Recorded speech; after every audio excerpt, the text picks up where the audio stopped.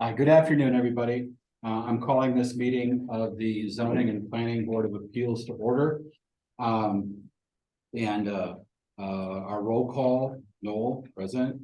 Barb is, I think she has to be excused. Stephen, Present. Corey, He has to be excused as well. okay, Corey's excused. Joshua, Present. Benjamin, Present. got a quorum. All right, I would entertain a motion on the approval of the agenda for tonight's meeting. Go ahead. Motion is second for approval of the agenda. Any discussion? Hearing none, all in favor, say aye. Aye. Aye. Motion carried. Approval of the minutes, regarding the August 21st, 2023 meeting of the Zoning and Planning Board of Appeals. Is there a motion to approve those minutes? So moved. Second. Motion and a second. Any further discussion? Hearing none, all in favor, say aye. Aye. Opposed? Aye. Motion carried. All right, on to regular business. And I will start reading this statement. The Zoning and Planning Board of Appeals hears and acts on appeals for variances from city zoning code requirements. The members of the board are appointed and the board acts as a quasi judicial body during these appeals, which means that appeals are presented like a case is presented in court. And the board acts as the judge and determines whether to grant the appeal by majority vote. For each item, we will hear from the applicant, the person making the request, and staff, as well as any additional witnesses where appropriate. If you are the applicant for an item on tonight's agenda, please come and take a seat at the table when your item is called. So appeal number one, appeal 23-27, consideration with possible action on a variance request submitted by Alyssa Fields, property owner and applicant, to request to place the facade of a garage in the side yard of a corner lot in front of the setback of an adjoining property in an R1 low density district. This is District 9 under Johnson's district. Hi, welcome. Do you swear or affirm that the testimony? Well, the conflicts check. oh, first. shoot, yep, sorry, I skipped this section here. It's all written out for me and I can't even get it right. It's all right. Is the goal of the Board of Appeals to provide and conduct a hearing that is fair in form, appearance, and substance? To ensure that this hearing satisfies those goals, each member of the Board of Appeals, please confirm the following for this appeal by stating I confirm. I do not have a conflict of interest in this matter. I confirm. I confirm. I confirm. I confirm. I have not received any communication from any person or party about this matter. I confirm. I confirm.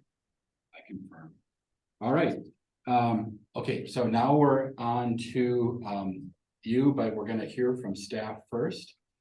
John, do you swear or affirm that the testimony you're about to give will be the truth? I affirm. That's right. Okay, so the property we're looking at here is the corner of 9th and 10th. It's a corner property. And the issue at play is from 44-554, table 44-2, note F. Corner properties, the side facade of a corner building adjoining a public street shall maintain the front setback of the adjacent property fronting upon the same public street. The applicant is seeking to place the front of the garage approximately 4.5 feet in front of the neighboring building. So this is an aerial photo from a few years ago that shows an existing garage on the property. That garage has since been torn down and the applicant is looking to expand the garage they have. So you'll note the property to the north here in the front of their building, and then you have the previous garage. This is a street view taken from around 2020 of the properties when the garage is there. The garage no longer there. It's just some dirt in the ground right now from where it was. This concrete is still there, but it gives you a decent idea of what was happening in the past. So the applicant is looking to make a 22 foot deep by 24 foot wide two-stall garage on the property itself.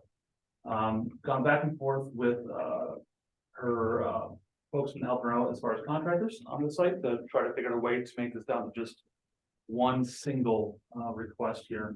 I mean, both requirements for the rest of the site. So this is the image of what the garage is to look like. The garage. This is the layout. So north will be on the left-hand part of the screen. So what you're seeing here is an accessory garage. The front, being a front corner is established along 9th, the side is established along 10th. The existing driveway being approximately 21 foot 3 inches. Placing a 22 foot wide depth garage up along the property line itself, leaving 4 feet from the side yard setback and 2.5 feet from the side rear yard setback along the east side of the property. Why that difference? Recall, if your lot is less than 60 feet, you can change your accessory down to 2.5 feet. It is narrow along going north to south. It is not narrow east to west. So on the one side it's 4 feet, on the other side is 2.5. Where that comes into play here is the place where they place the garage in this sketch here is as close to the property line as possible. It cannot go any closer without having another type of variance request. So that's that play. The rest of the bulk requirements are met by the plan. It's the one where this house itself is approximately this garage is approximately 4.5 feet in front of the front plane of the neighboring building. Any questions for staff? Did the prior garage extend it all beyond that? Right, it did. You can see this plane here. This tree does have a bit of a shadow that we can't see the front yard exactly, but it there wasn't the known survey measurement. It was a few feet ahead of the house before, but was it 4.5 feet? Do not know this time. It was that much.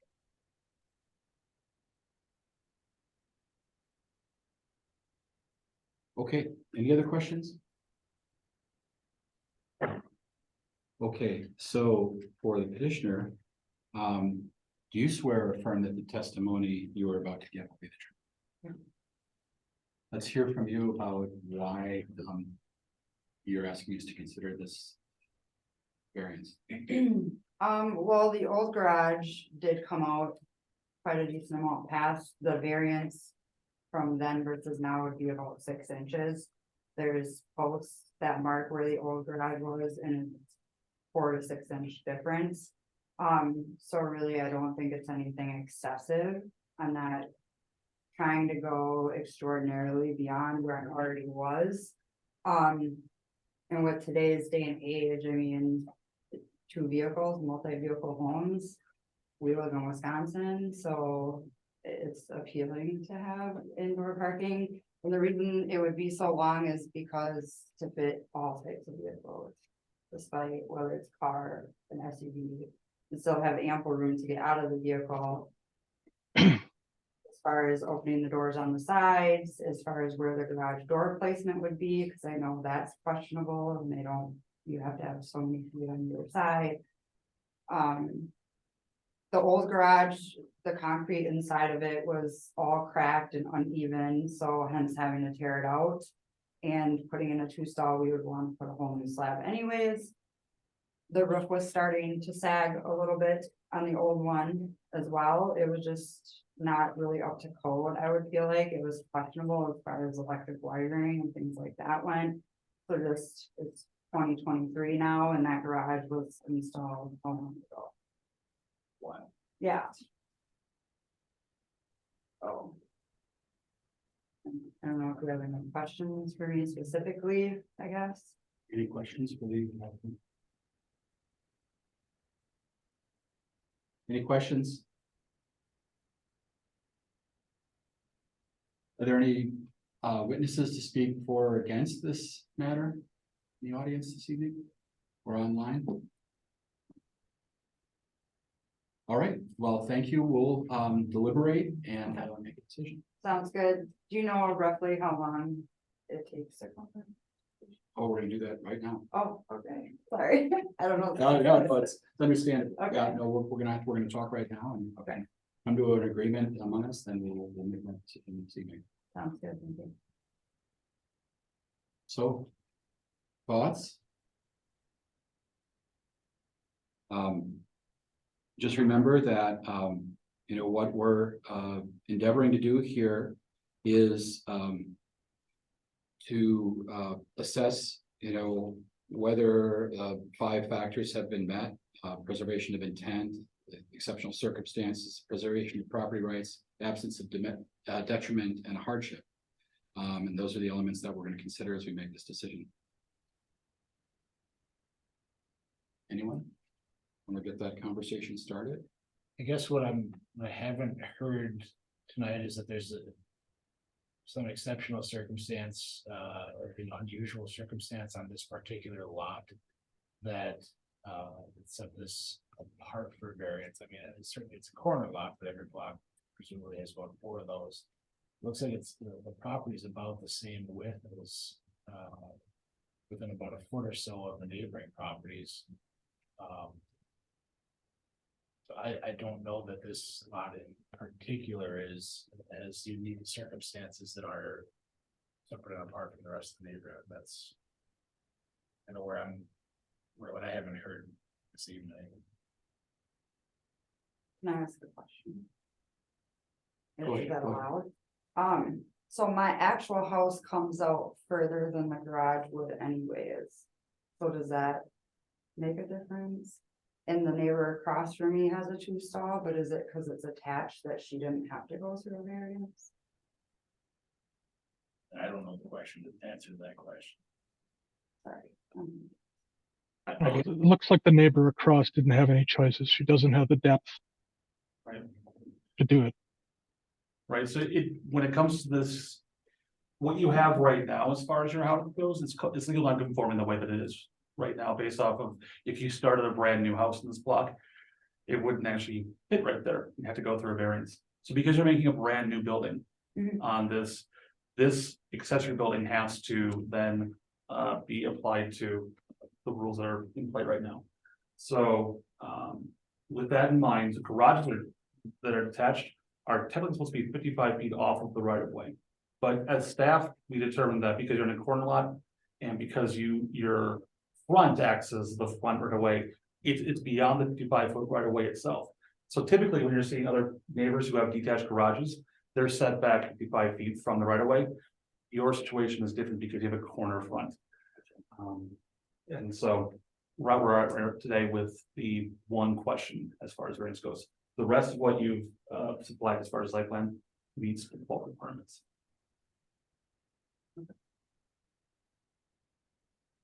What are the dimensions of the garage again? 24 by 26? 24 foot wide by 22 feet deep. The question is the depth. The width is not at all a factor at this. If you made it 30 feet, you start eventually getting into some impervious surface factors, but we're not there right now. So it's the depth of the garage at 22 feet that becomes a factor. And it'll overhang the neighbor's house by 4.5 feet, if I'm reading this right. Correct. Yeah, it would be about a 21 or so foot drive, and it would be over by about 4.5 feet from their measurements. Yes. But 17.5 foot deep garage is kind of weird. 17.5 feet would be just past our minimum standard for a parking stall Right. that is not enclosed, it's outdoors. I guess my point is, this isn't an unusual garage. It's, this is a fairly typical dimension garage that they're trying to place on this lot. At 22 by 24, I think that's. Correct. If we go back to last month, the depth that was asked for in one of those was 25 feet for garage. I have another question. You notice the house on the other side, the 1227 lot? They have an extension on the front of their house. Did they have to get a permit for that front porch? Cause that comes out past the rest of the houses on that street. Yeah, and I think porches have some different rules Oh, than the okay. bulk of the house. Gotcha. Yeah, so that's just something that we've got to pay attention to at different times, but that's Okay. really an impact here. I guess I don't know the process, so I started Right. asking. Right.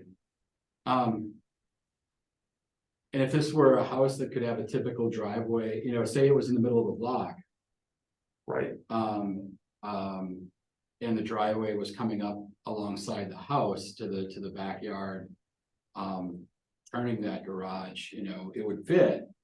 with the setback requirements from the sides in a non-corner lot. But it's only a problem here because we're exiting out the side yard. Which in this case is also a front yard because it's a corner. It's a problem here because it's a building on a corner lot. The corner lot, then the buildings themselves are applicable to the neighboring front. Right. That sets the standard rather than an average of a mid-block, things of that sort.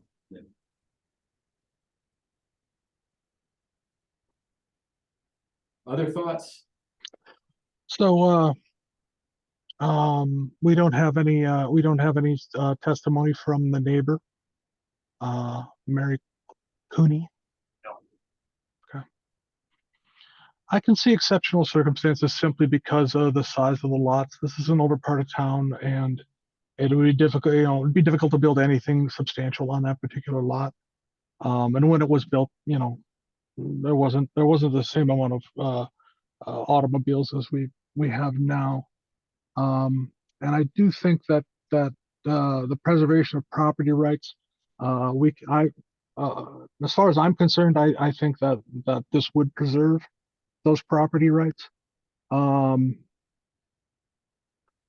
Preservation of intent. I mean, the garage has been tailored to meet as many of the codes as we can. I'm not entirely. I don't think it's beyond the spirit of the regulation. The thing that I worry about is the neighbor to the north that will, that's going to be a farther sticking out into their sight line in that direction, quite a bit more than the house is. I know the house sticks out a lot farther, but that's not, that close to the property line either.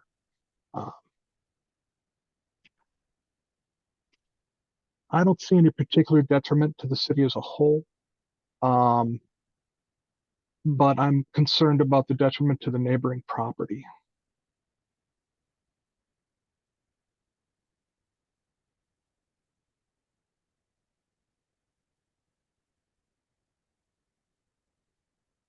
Although they would have been notified of this meeting and, That's true. That's true. I mean, it seems to me that I'm not, I guess I'd be willing to listen to arguments from fellow board members that, that this does not create a detriment. I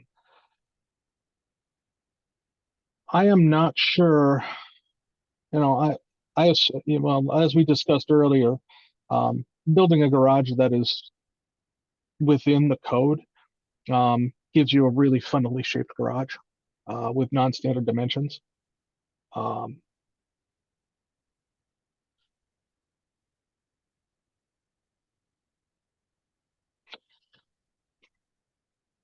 So I think I could cover preservation of intent, exceptional circumstances. I think I could probably cover them all. Does anybody else have any thoughts about the detriment? Is anybody else worried about that, or is that am I just overthinking that? yeah, I don't see, that this variance creates any substantial detriment to adjacent property or, materially impair, the purpose or intent of the zoning that's in place there. Yeah, I don't. Okay, I mean, I think I could buy that. I might simply be being over a little overwrought about that particular point. I think we can make all these points around those. That's I could go through them again if you'd like. But I think I can do the absence of detriment, and I do think that in this particular case, without any other real options to put up a decent sized garage, there is some hardship there. I do know that the applicant has only recently bought this house, and that there are some financial considerations, but unfortunately we cannot take those into account. But I do think that their property rights and their ability to enjoy the property that they did buy, that is a hardship that they won't be able to be able to build a decent garage on it. So I can go through all 5 of those, and I think I can answer affirmatively to all of them. All right, so would you care to make a motion around Yeah, that? I would like to move to approve the application as written. Based on our discussion, the intent is met, exceptional circumstances being the small lot on a corner is met. That this is consistent with the preservation of rights, there's no detriment, and that this is a hardship that was not self-imposed nor solely based on economic grounds. So we have a motion from Stephen, is there a second? Second. Is there any further discussion on this motion? Hearing none, all in favor, say aye. Aye. Aye. Opposed? Motion carries. You have a variance. Thank you. Please continue to work with staff and doing all the things the right way. Awesome, thank you so much for your time, I appreciate it, have a good day. Take care. Thank you, you too. Next up, Appeal 23-24, consideration with possible action on a variance request from Bobby and Travis McKeefrey, property owners and applicants, to request a deck within the side / rear yard setback at 1325 North Baird Street in an R1 low density residential district, District 6. Petitioners here? Petitioner looks to be Yes, up. I am. Online, okay, great, we'll hear from you in just a moment. We're gonna hear from staff, kind of giving us the lay of the land here first. No. Sure thing. Oh, yeah.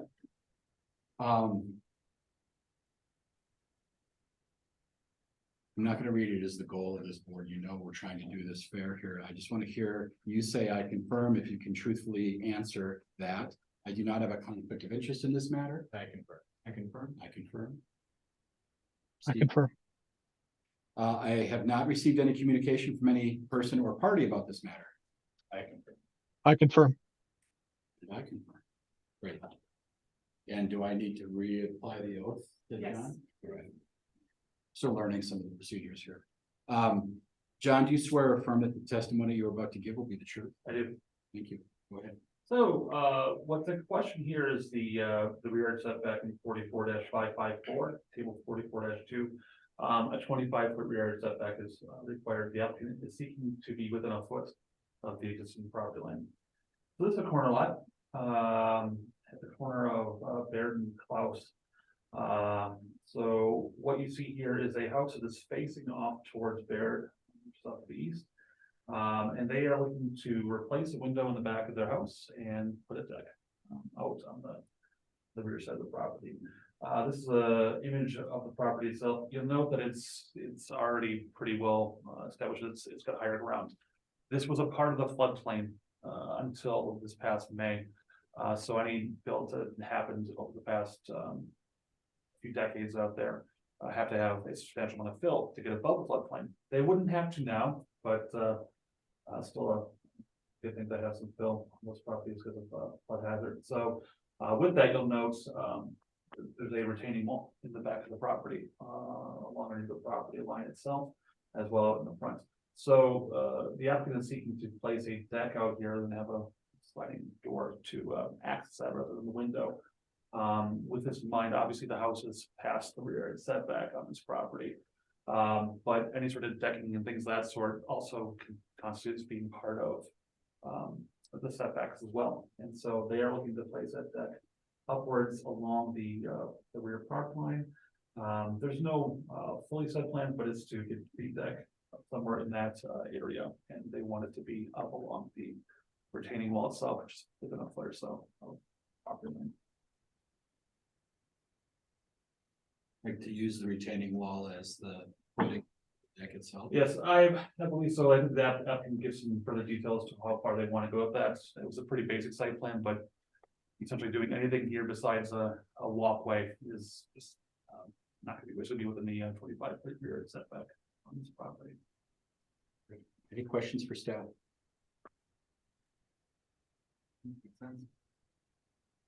Okay, so do we have either or both Bobby and Travis on the call with us? I see a Bobby name down there. Yes, I am, Bobby. Hi, Bobby. Do you swear or affirm that the testimony you are about to give will be the truth? Yes. Great. Tell us about what you would like to do here. So there's currently a large window in there, in the dining room, and we'd like to replace that with a sliding door and just have a little area to sit. The reason the plan is what it is because we just want an area to sit back there. We would like to put a railing on it because this is built up. So that I think constitute it becoming a deck versus like a landing. Just because that retaining wall on the back side is like about 5 feet tall, and I wouldn't want anyone to fall off of the landing and off of that retaining wall, which ideally could happen right now because we walk back there to mow the lawn.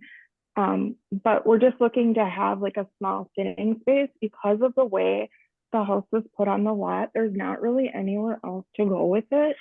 In the front, where that comes, you kind of see the steps there coming down, that's all sloped.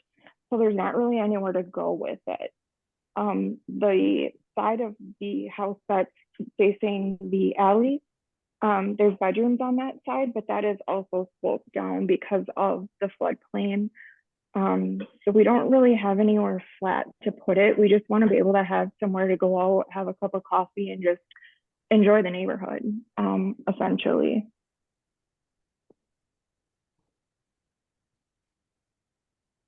So so if this were just a flat thing, it wouldn't need a variance, but because it's gonna have a railing, it's a different thing? No, it's attached to the house. So we're talking beyond a 4-foot wide sidewalk. You can have 4-foot wide sidewalks in the rear yard setback. But this is an attachment as far as the patio connected to the house itself. And so it would go under the guise of rear yard for anything that's greater than 4 feet beyond the house itself. Sure. And how wide, Bobby, how wide is this thing you're proposing to build between what's the distance between the house and the retaining wall?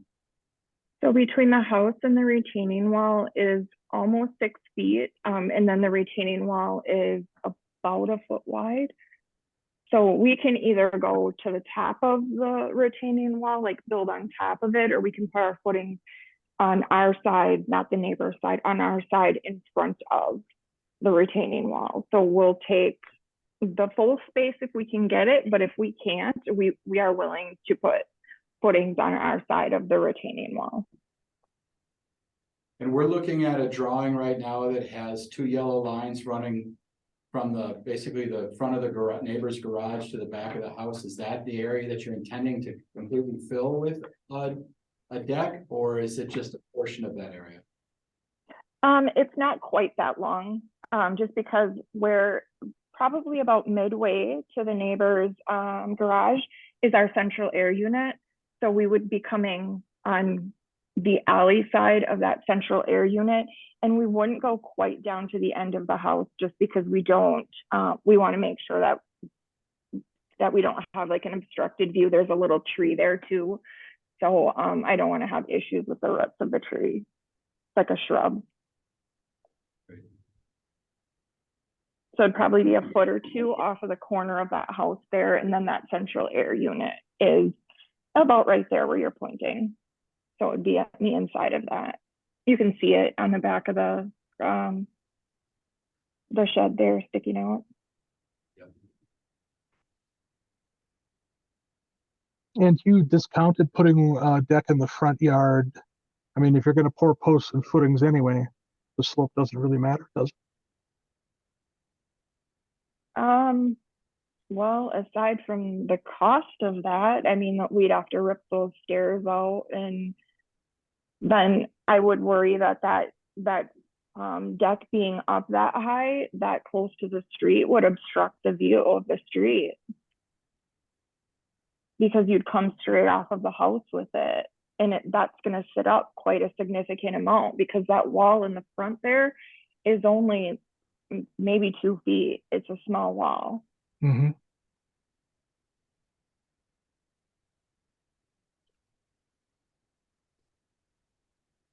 Other questions? Others? Would you be able to put a deck on that that alley side? There's it's 2 bedrooms on that side, so there wouldn't really be access, but that's all a hill. So, and that would be the same thing. I would fear that that would obstruct the view of the street or coming out of that alley and being able to see.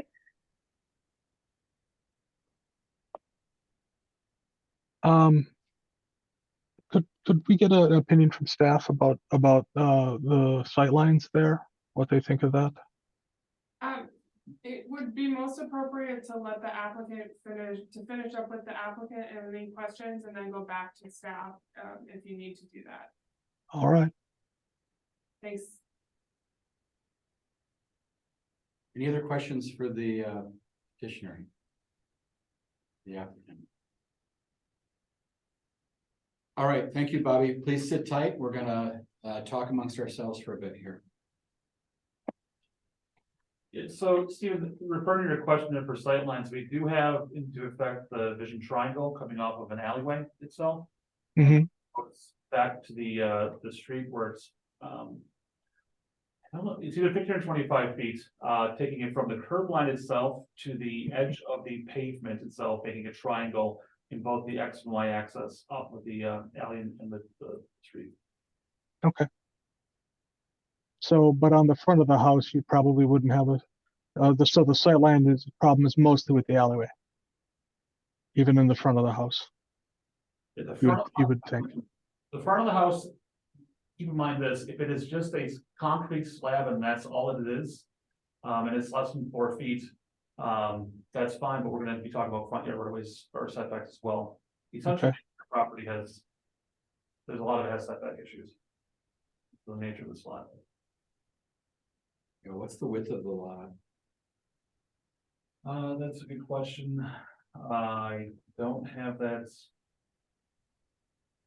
Here. My guess is, well, approximately 50 feet wide. It's fairly narrow. Yes. In the case of you know, somebody putting a sidewalk at the rear of their property, you said 4 foot wide, it's not a, they can just do that. Yes. So, and does it have to go anywhere?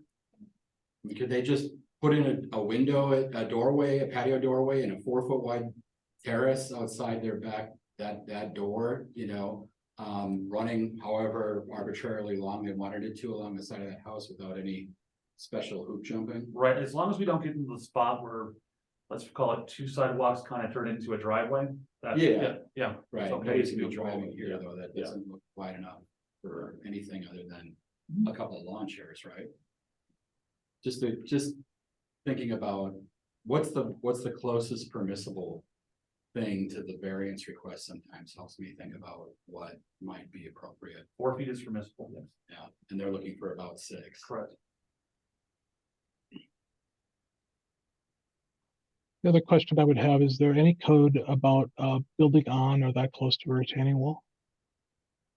No, you just need to make sure you're on your property. And it looks like those walls are both on this parcel because they would have been constructed when the thing was, the put on a new foundation or something to get out of the floodplain. Yeah, assuming that property line is accurate, they look to be on.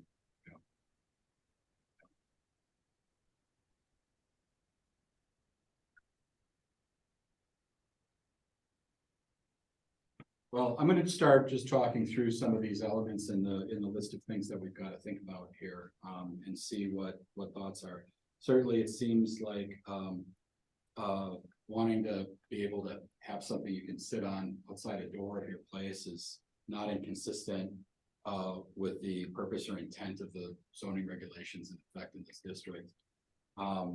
Again, like the last, property we were looking at, this one also on a corner with some even more unusual aspects. Not only is it a narrow lot and a corner lot, but then it's kind of up higher than the neighbors and with these retaining walls and things like that. It's a little unusual. Yeah, it's almost a double corner lot with the alley. And yeah, it's actually got public right of way on 3 sides, right? Yeah. Um, Yeah. You know, the enjoyment of the same substantial rights which are possessed by the properties. I think everybody in the neighborhood would agree that they would like to have maybe a place outside their door, maybe not on the street side of the house where they could sit out. I don't think that's, any situation where we're, this variance could help preserve the enjoyment of the same substantial rights that other neighbors have. I don't really see any sort of detriment here. I mean, right now it's a shed and an air conditioning unit, it's not. Mhm. Be getting nicer with some chairs on it as opposed to being, I think, more of a hassle for any of the neighbors. And certainly not any impact in my mind, looking at the public interest, with regard to them being able to be there. So, and I think the hardship here is that they don't have a lot to work with. I think that the steeper slopes for them to lift up is something that's a constraint on this property. I think the narrowness of the lot and other things. It's a desire certainly by the petitioner to have this, but and I think the only, as I mentioned a minute ago, maybe doing a 4-foot wide sidewalk could get them some of the same benefit, but probably not to the degree that they're looking for, and I don't know that. It's not necessarily an economic issue. If they're looking to put in footings inside the thing, they're certainly willing to do some work on this. I don't know. I don't think this is a real stretch for us to find. No, I don't think so either. And I mean, particularly on the hardship point, I mean, yes, they could pour a 4-foot sidewalk, but that's not, not only is it not much room, but if they build a wooden deck, it will have less of an effect of creating pressure on that, on the backside of that retaining wall, because the water will still drain the same way it did before. Just with the deck in between. Whereas if you put concrete down there, you can, it'll be sloped away from the house. That's actually going to, in a lot of ways, push more water to the back of the, increase the static pressure on the backside of the retaining wall.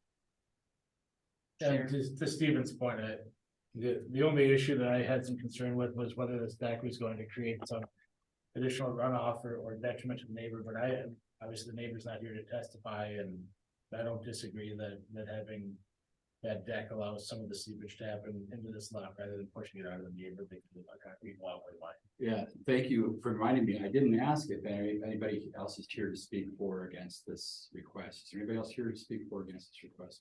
Obviously, we're not doing that over. Could you restate what you had for some preservation of intent? What would your? Well, I think that the code for residential, it's what is an R1, is that you can do all the things you want to do in a house, including sit out on a chair outside of it, and I don't think that granting this variance is inconsistent with that spirit. Yeah, I would agree that the regulation is not, designed for strange lots like this one.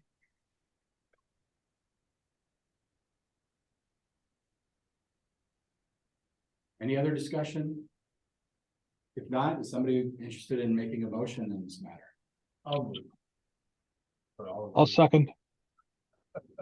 Moving approval based on the discussion of the 5 tests that we've found to be available or consistent with this request. There's a motion and a second. Stephen, would you have a second? Yes, I second. Great. Any further discussion? Hearing none, all in favor, say aye. Aye. Aye. Opposed? Motion carries. Thank you, Bobby. You have we've approved your variance as requested. Thank you. Moving on. Appeal 23-25, consideration with possible action of variance request submitted by Dave O'Brien of Bayland Buildings, Mark Fine of Russell Metals, William Bacall Incorporated, I'm sorry if I'm mispronouncing any of those names, property owner, to request to exceed maximum impervious surface standards and rear yard setback minimums in a business park zoning district at 825 Hinkle Street. And this is in District 11. So, does anybody have a conflict of interest in this matter? I'm gonna ask you two questions, and if you can please state, I confirm if the statements are true for you. I do not have a conflict of interest in this matter. I confirm. I confirm. Confirm. I have not received any communication from any person or party about this matter. I confirm. I confirm. Great.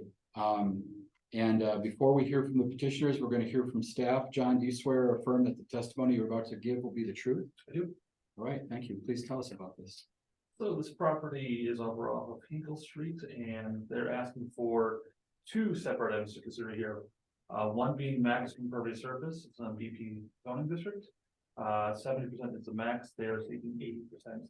And secondly is the rear yard building setback. BP does minimum, they're asking to go for a 10-foot setback on the property. So this is the property itself. Walmart is off to the west.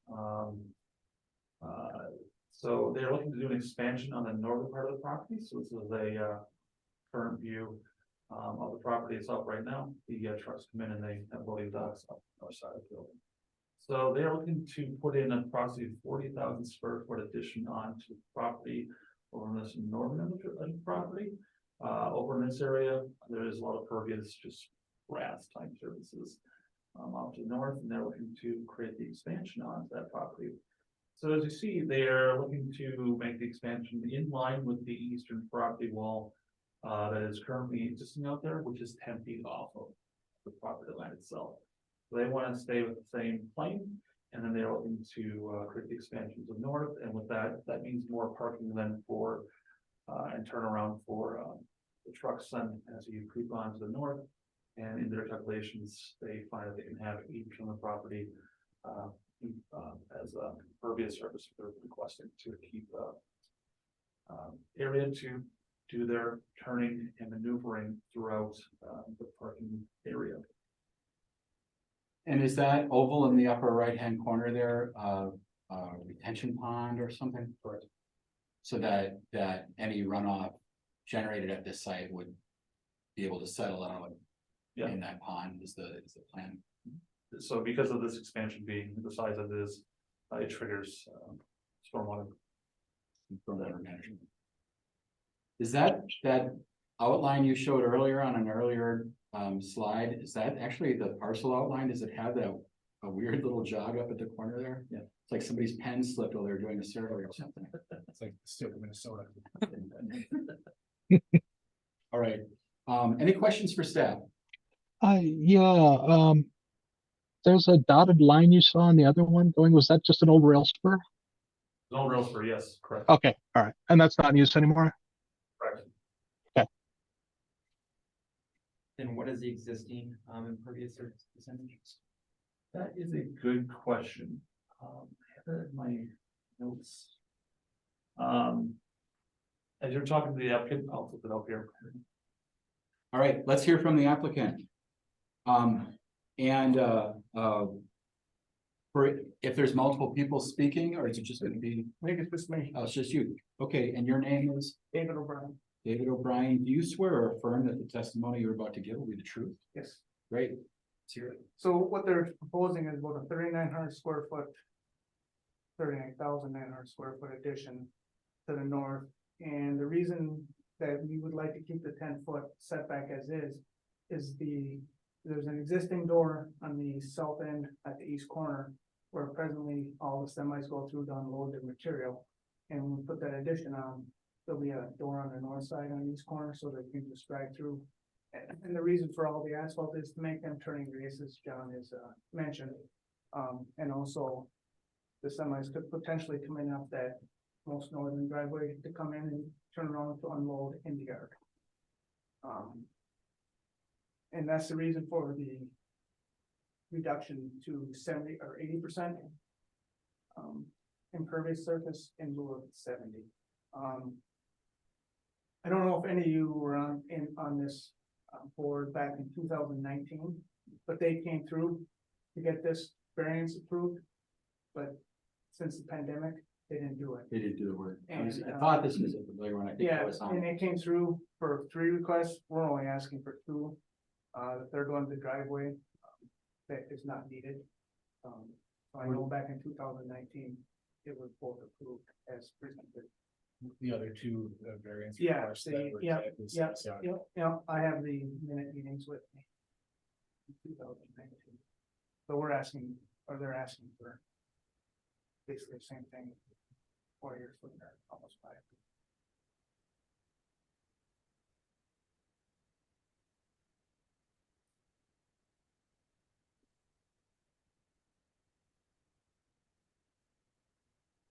There, so the top of this image of the building here, is that all then loading docks in No, addition no, to a no, drive-through? just on the east, the rest of it's manufacturing. So what am I seeing in that aerial photo there that looks like either semi-truck trailers? Is that pallets of materials or something, or? I think that's the That's aerial the- for the existing. Yeah, but I'm seeing rectangles up there. I mean, are those semi-truck trailers? or- I guess, are you talking about the green? Or Are those No, right there? no, no. Oh, right next to the building on the. Elements of the photo itself, they're right next to the building. They're just, I see a lot of thin rectangles. Are those semi-trucks parked there? Are those trailers parked? Those there? are trailers. Those are trailers parked there. So Along with. So sometimes there's trailers sitting on the site. Right. Because my first question when I think about this, if you're talking about the doorway, it's like, No. why not just have a single arc to go up, but you also need place Yeah. to park Yeah. trailers because there's stuff coming Yeah. and going. Right, Got it. and that's what that, where you see the green dot line is where they come in and they can back their way into. Got it. We just wanted to make sure going as far to the north, that they can make that swing, to back yourself up and. Sure. north side of that And building. then is that employee parking further to the north To the south. or to the south? Yeah. Okay, that's parking. Yeah. Go back to Sherman Street. Yeah, okay, John. I was like, I'm like, I need it to stop moving around. Sorry about that. Al Kelsey, yeah. Yeah, again, my hand is twitching. It wants to grab a mouse here.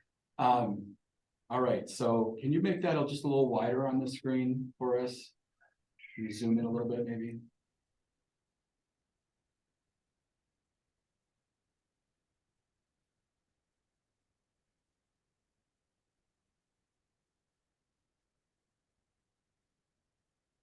Great. So, and then this driveway that's currently there, that's looks like it runs into where it says proposed addition, that would go away then? Yeah. Correct. In fact, I think there's a note down there, there should be. Close existing drive.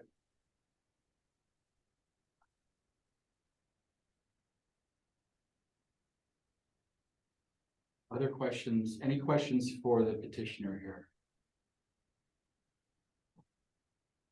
So what are the perceived downsides for, so the you're asking for two variants, one for 80% max and one for, or excuse me, for 80% and one for an extra 10 feet. Do you have any drawing of what it looks like if you actually comply? Yes, what would happen is the loading dock door that's presently on the southeast corner. They would not line up, so it affects their processing as. the Oh, I see. Okay. Yep.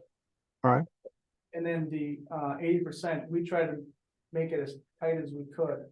And I think at one point we were over 80%. I said, get that down because I want to at least be 80%. And they made the semi work with 80%. If they wanted more, I said, I'm gonna try to go to this board and ask for more. Yeah, so, and the requirement is 70, so they're asking for an increase to 80. And on the building setback, the current building is not conforming with code, right? Because it's already at a 10-foot setback. And so 15 is what For the business park is 15, yes. Okay. And just to answer the question, currently 67% right now, the property is impervious. We had 13% increase with the addition.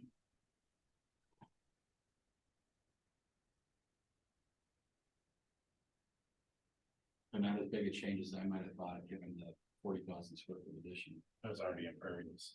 Well, that's right. Can we just, can you zoom out again, John, to see, I want to see the rest of the, I want to see the whole site for a second.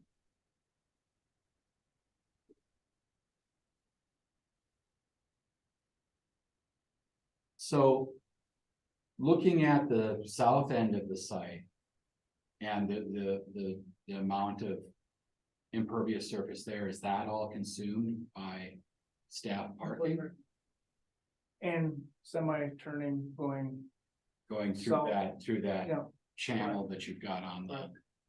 the east end of the building? correct. All right, I understand. Other questions for the petitioner? All right, we'll deliberate and Thank you. make a decision here, so.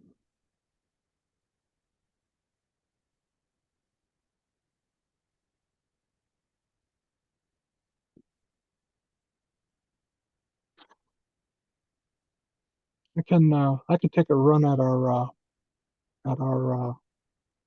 criterion if you like. Go for it. So, I think the preservation of intent is taken into account here. They've minimized as much as they can on the existing building, or especially on the 10-foot side. I mean, to me, that's just a slam dunk. The building is already technically not there. And it seems that if I heard right, that moving that back enough would disrupt existing assembly operations or line operations. So to me, this seems like it's a reasonable request based on the property that they have. I think that the exceptional circumstances in this case is obviously the building was built very close, and was designed originally to have a rail spur on it. Obviously not in use anymore with the decline of rail. It seems that, you know, with the way the lot is right now, they have a lot of unused space that they can't use. And in order to expand the business, they really do need to have the space to turn semis around. You know, a lot of accidents happen if you can't move the truck properly, or if you have to have the driver do excessive maneuvering. Preservation of property rights. Again, the business should be able to expand itself on the property it already owns. And most of that area is just scrub at this point. It seems to me that it would be allowable for them to do that, to preserve their ability to continue to do business on that particular parcel. You know, that building's been there a long time, and I think that it's, you know, adding on to it is, you know, certainly going to the absence of detriment. That's not a detriment for us to see, you know, more manufacturing and more buildings in Green Bay, not just for the construction opportunity, but for the ongoing opportunity for the business. I don't think it's going to be contrary to the public interest in any way, shape, or form. As a matter of fact, I think it is positive to the public interest to have our local businesses expand. And I think the difficulty in complying with the municipal code is not based on economic grounds. I think it's actually based on the practicality of being able to turn a 53-foot semi in those parking lots. I mean, when this building was built, it was probably more than likely that the shorter semis, the 42 feet, were probably a little bit more prevalent at the time and maybe a little easier to maneuver. Plus, probably a lot of material came in a rail on whatever the original, I don't know if that was the original location of the business or if it was a different business then, but all of these things seem to me that, you know, the 10 feet on the one side, the existing building already doesn't comply. And on the back side, there'll be a retention pond to handle runoff, which was largely one of the things I was worried about initially before you know, we had the presentation. And you know, this is an industrial area. The 10-foot side is 10 feet on another industrial lot. I doubt they'll care. It seems to me that it's you know, it's fine. And then in the back with the retaining pond, we're not, nobody's having any detriment around. It's there's a rail line back there, but I mean, trains still get through. It's not going to be a problem. I think that looking over all of this, I think that they fulfill the 5 requirements we have for a variance, given the zoning for the area and the intent of what they want to do, and the relatively small variance asked for. Particularly the 10-foot one is, you know, to me that's just kind of a slam dunk in terms of being able to, you know, being able to preserve their property rights and adding on to the building and then disrupting existing operations in a way that would require them to reconfigure the original building's manufacturing or packaging is just that seems unreasonable. So that's my bit. I guess I would add just one thing to what Steven said. And I'm not sure exactly where it fits, but I'm assuming it fits under the exceptional circumstances prong is that this board has already heard apparently this variance once before and already approved it once. So I think that's, you know, some unique conditions that apply to this intended use. So I have a hard time going back on this board's decision if it's already been proposed once before. John, I do have one question. When do the stormwater requirements kick in? Is it, if this was reduced, would that be necessary, or is it because of the existing size? No, it's because of the addition of the building, how many square footage you make to the overall changes. To your impervious surface that it kicks in. I believe it's a half an acre. I don't know the exact, it's a Yeah. DPW question, but. Whether it wasn't, we do want to see stormwater taken care of if it's a larger site like this or a smaller one, so. So based on the expansion of the building, not the expansion of the other impervious surface? Both, no, it's the overall changes. Okay. So if you were putting a large parking lot, that would still be. It could trigger stormwater at that point.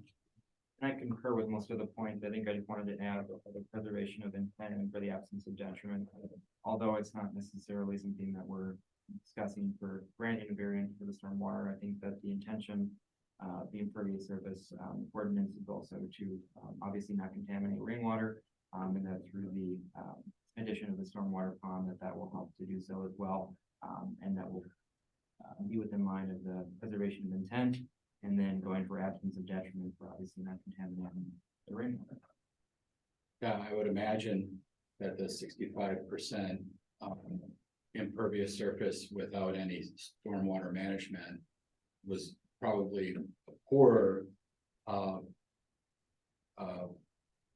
management of stormwater than 80% impervious surface with a retention pond that's going to capture a lot of those things. They're going to wash off that parking lot, those hard surfaces. And not flow into the storm sewers and things like that. So again, that would be again another absence of detriment. In fact, perhaps improving some of the stormwater management in the city. It sounds like we're in agreement that the tests have been met here. Is there any interest on anybody's part in making a motion? And should we make this as two motions or as one motion? Two motions.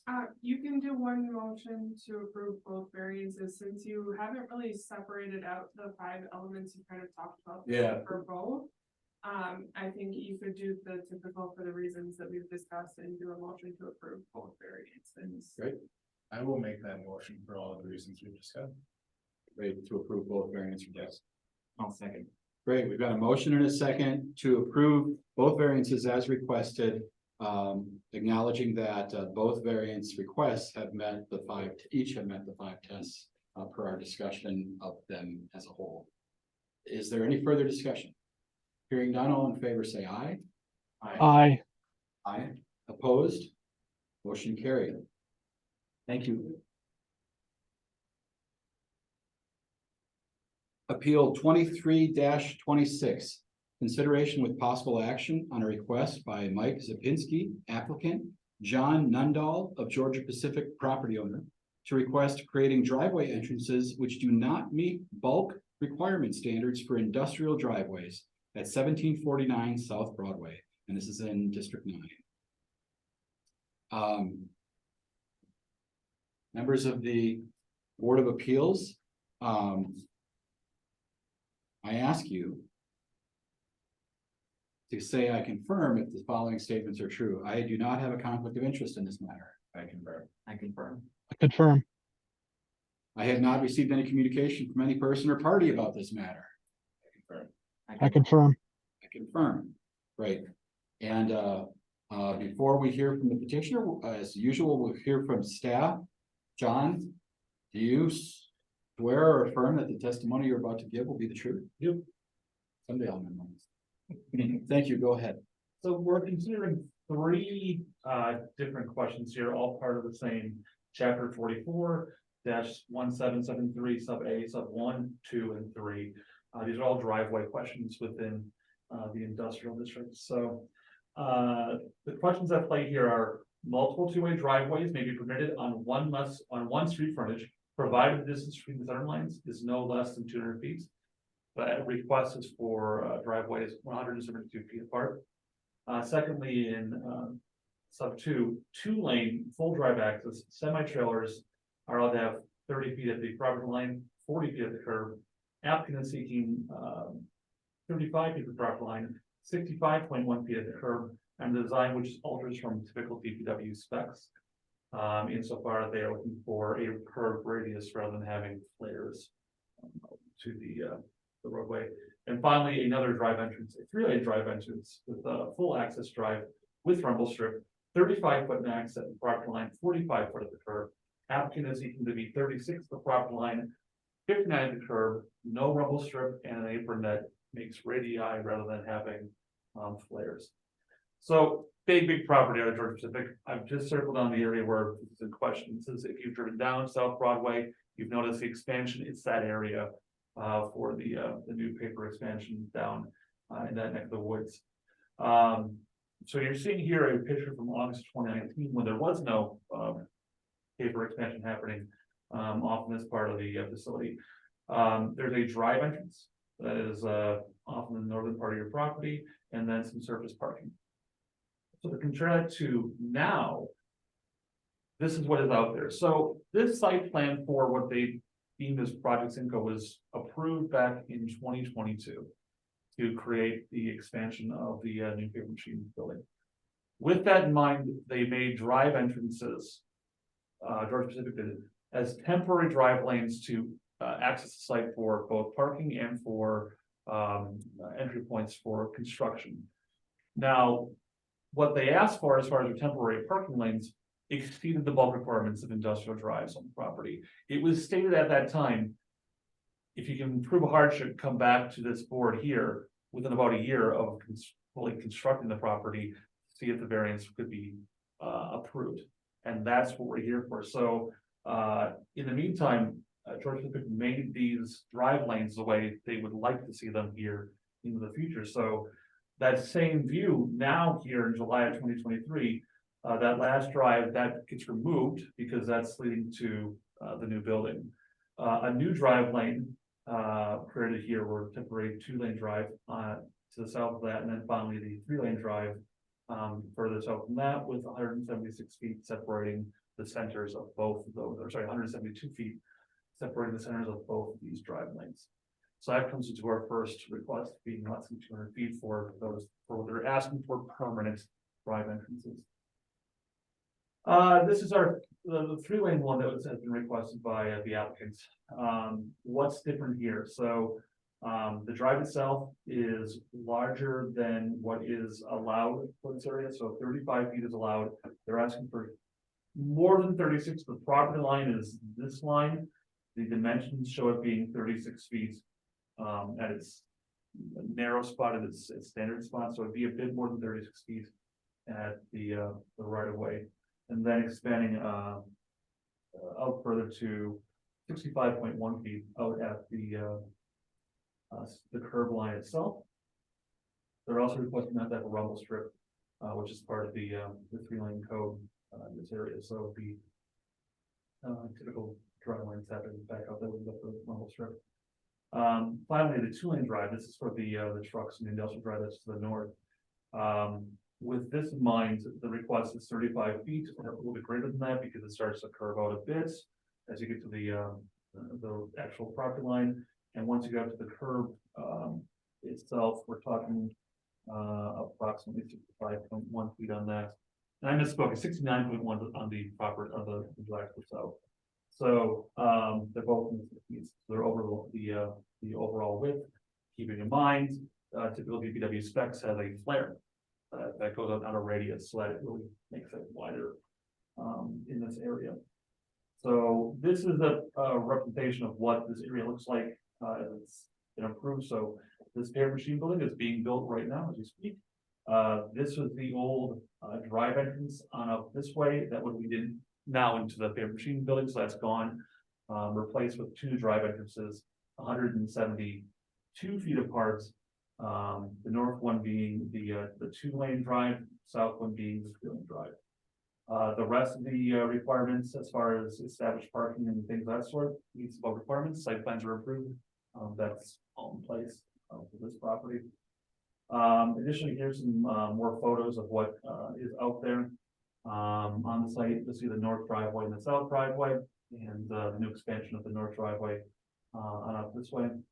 On this is be the employee entrance with 3-lane drive that's happening back down there, and another example of that, of what you're seeing, of what exists and what the petitioner is looking to create, being temporary into a permanent option on the site.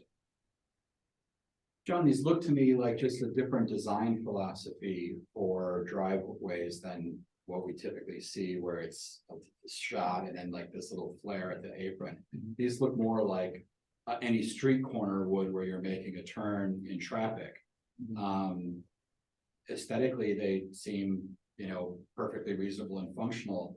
Why the difference in approach for them versus what we typically require, or what's going on here that's driving this? Sure. So when we're talking about the radiuses that flare out this far, and we start making these curb cuts wider and wider, it tends to, in situations why you don't see this on every property, is you can, if you're driving a typical vehicle, you can create these turns at a much quicker rate of speed.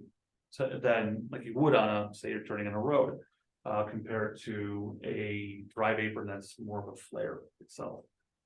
So the wider that driveway itself gets, the more opportunity that there is for a general member of the public to approach it at a quicker rate of speed, and potentially cause conflict with other cars or pedestrians who are walking on sidewalks. Or to get out of the street quicker, because the traffic behind you could be substantial too, right? Sure, yeah. Got it. Any other questions for staff? Is there anything else that you want to present to us that you haven't? With this, no. Okay. All right, who's here Oh. representing the petitioner? Oh, Stephen? Yeah, I was just, so my understanding is that part of this is keeping the temporary entrances that were already constructed for the project, correct? Correct. Okay. And those were all duly approved. These were. Yep, it was- yep. This would be a temporary solution that if you Could be. went through the variance and you can prove a hardship, could become a permanent solution. Do we have an understanding of why DPW requires a different flare at the entrance? Or, I mean, I understand that faster turning and faster in. I don't disagree with any of that. I'm trying to understand why this wasn't an option in DPW, or why it's different. Well, so mind you, normally your flares are 5 feet from both ends. Mhm. A 30-foot wide driveway, you have 40 feet. When you start talking about radiuses like this, it's not possible to make to create the situation where your typical driveway being, say, from a 30 to a 40, a 10-foot gap. The radius has to be so close to the or past the property line into the public right of way that it wouldn't fit up. So Okay. this is unusual, yes. Okay. All right. Thank you. Any other questions for staff? All right, our petitioner is here. Yes, Several. and I'm gonna, if you give me just a second, the exhibit isn't, it's something you've already seen, but I think if we put it up, people can look at it while we're chatting and asking questions. It gives the overview, Sure. pretty nicely. So would you please, the three of you state your name, and affiliation or role, I don't know what the name and address, that's all I need to actually ask. Your name and address for the record. I'm Shannon Allen in Weekend. You can give the business address, that's You can fine. give the business address. I don't know. It's 1919 South Broadway. Sure. Dean Waslowski, with George. At 19, from South Broadway. And you, sir, Mike Zapinski with AECom, and an address for that business? 1919 South Broadway. Do each of you, do you swear or affirm that the testimony you're about to give will be the truth? Yes. Yes. Great. Please begin. So I think John did a really nice job of presenting the variances that we're requesting for these driveways. The truck entrance, we'll start with that one. It's positioned where it is. You can see the truck entrance to the north green, the employee vehicle entrance in blue. We made it wider and with the radius entrances to a couple of things.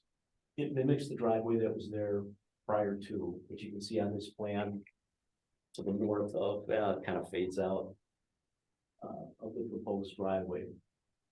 Benefit of having the wider width, and John, if I could ask you if you've got any of the exhibits on the computer, exhibit E and E.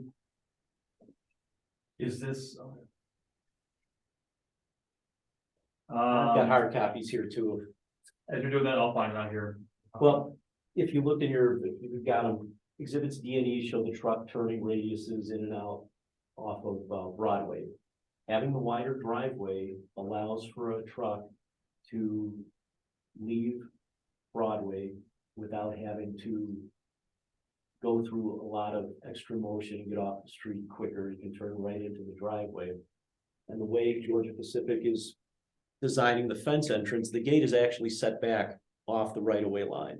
So with the wider drive and being able to swing in there, the truck can pull all the way up to the gate, get off of Broadway, get out of traffic while he waits for entrance to the mill or further instruction from the mill on where to go.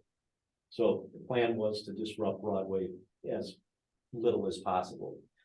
John's got pulled up on the screen now. You can see how wide a turn he needs to make in order to be able to do that, but then he can effectively be off of Broadway while waiting, like I said, for instructions. So that's the reason for the width and for the wider radius tapers rather than the standard city flares at the curb line entrance.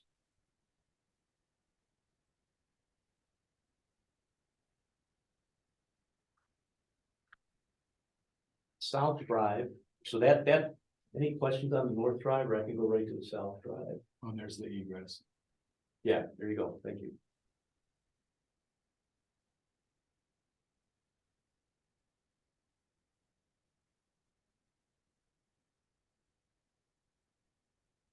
Any questions so far?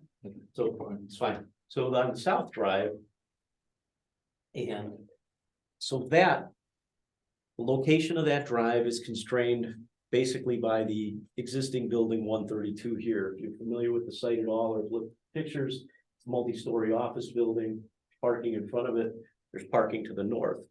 By positioning the drive here, 172 feet south of the north one, it allows straight access in to be able to pull up and access the doors, provides direct access to these parking slots north of the drive entrance without having to cross pedestrian walkway here. So it allows for a nice wide open area. Pedestrians can see cars, cars can see pedestrians.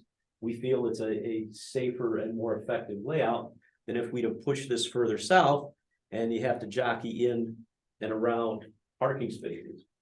It also maximizes the number of parking spots that GP can put out there by building 132. You're probably aware there are people crossing from the GP parking lots on the other side of Broadway. So our design, tries to minimize the number of those crossings by keeping as much of the parking as we could squeeze in there on the east side. So that is essentially why the drives are so close together, less than 200 feet. We've got some site triangles that we prepared as part of the application package to show that should be enough site distance between the two drives. trucks, maybe a dozen plus or minus a day. So there's minimal conflict, I would say, between the concurrent use of the two drives.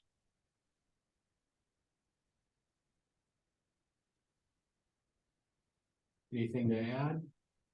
No, I think Mike kind of reinforced it. Again, when you think about the conflict between those driveways, again, a lot of this entrance is at shift change, people coming in and out of work. Where that during shift change, the truck access there is to access a couple of the buildings over here. They're typically not driving during shift change, they're doing shift change themselves. And again, we've got maybe about a dozen trucks that use that entrance per day. So it's not a very high traffic entrance. You know, when we were laying out the plant and our engineering firm helped site all of this on the property.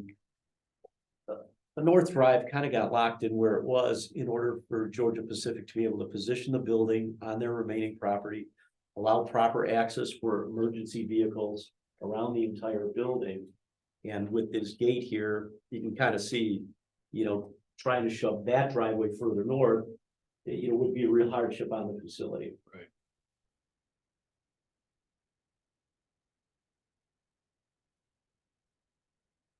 Any questions for the petitioners?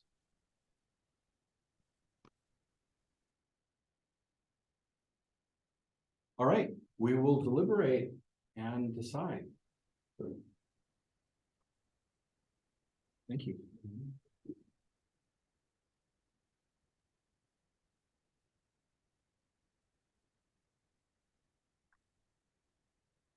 So for this one, I would ask that you try as much as possible to discuss each of them individually. Because they are the same. You put the three up there.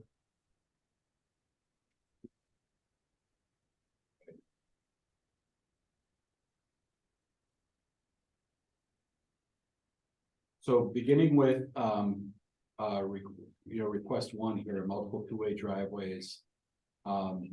Provided the distance between center lines is no less than 200 feet, they're seeking 172 feet. Thoughts on that with regard to our tests? I can see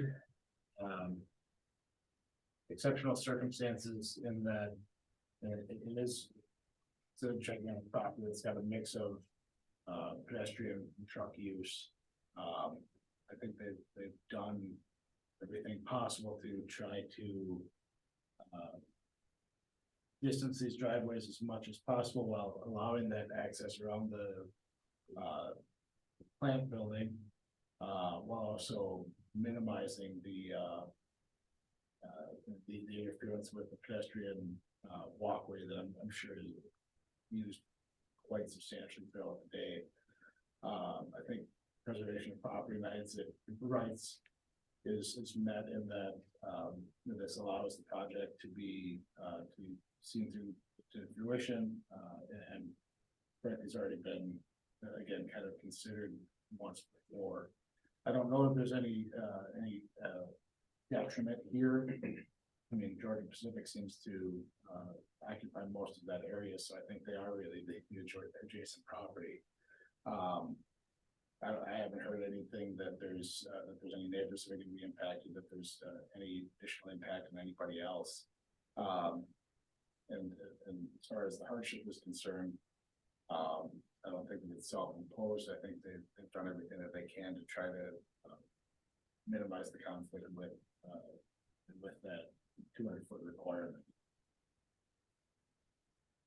I agree with you. I think that in particular, the design here and the distance between these two driveways at 172 feet, as they demonstrated, I think if we forced it to 200 feet, they're either making it less safe for their workforce who's coming across the street from nearby parking or walking, through the pedestrian sidewalk to the building, or they're making it more difficult with sharper turns or other things for the entry of the trucks that are going to be shuttling around on the site, or the ability of emergency vehicles to access all parts of that building. So to me, it seems that, you know, you've demonstrated those 5 tests and that this is basically the best design they were able to do, given the constraints of the site.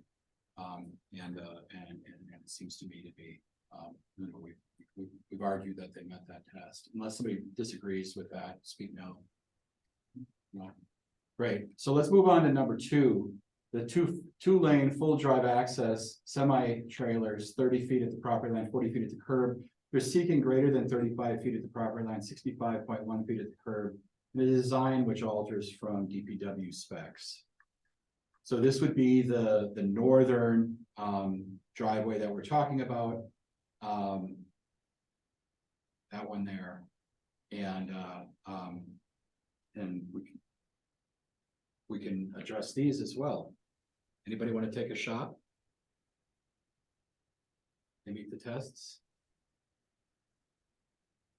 I can go for this one here if you want. Go nuts. I think that